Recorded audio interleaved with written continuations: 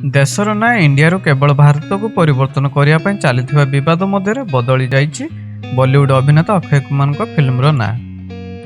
ମୁକ୍ତିଲାଭ ଅପେକ୍ଷାରେ ଥିବା ତାଙ୍କର ଫିଲ୍ମର ନାଁ ଏବେ mission Raniganj the great Bharat rescue ହୋଇଯାଇଛି। ପୂର୍ବରୁ ଏହି ସିନେମାର ନାଁ mission Raniganj the great Indian rescue ରହିଥିଲା।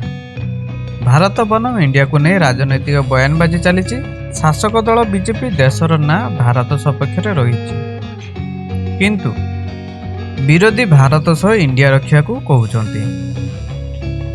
ଏହି ବାଦ ବିବାଦ ଭିତରେ ଅକ୍ଷୟ କୁମାରଙ୍କ ଫିଲ୍ମର ନାଁ ବଦଳି ଯାଇଛି। ସିନେମାଟି ପ୍ରକୃତ ଘଟଣାକୁ ନେଇ ନିର୍ମାଣ କରାଯାଇଛି। ରାଣୀଗଞ୍ଜ କୋଇଲା ଖଣି ଭିତରେ କିଛି ଶ୍ରମିକ ଫସି ରହିଥିଲେ। ଏତିକି ବେଳେ ଦିବଂଗତ ଯଶବନ୍ତ ସିଂ ଗିଲ୍ ବେଶ ସାହସ ଦେଖାଇ ରେସ୍କ୍ୟୁ ଅପରେସନ ଆରମ୍ଭ କରିଥିଲେ। 1989ରେ ଏହି ଘଟଣା ଘଟିଥିବା ବେଳେ ସମସ୍ତଙ୍କୁ ଯଶବନ୍ତ ସିଂ ଗିଲ୍ ଓ ତାଙ୍କ ଟିମ୍ ସୁରକ୍ଷିତ ଭାବେ ବନ୍ୟା ପ୍ରଭାବିତ କୋଇଲା ଖଣି ଭିତରୁ ଉଦ୍ଧାର କରିଥିଲେ।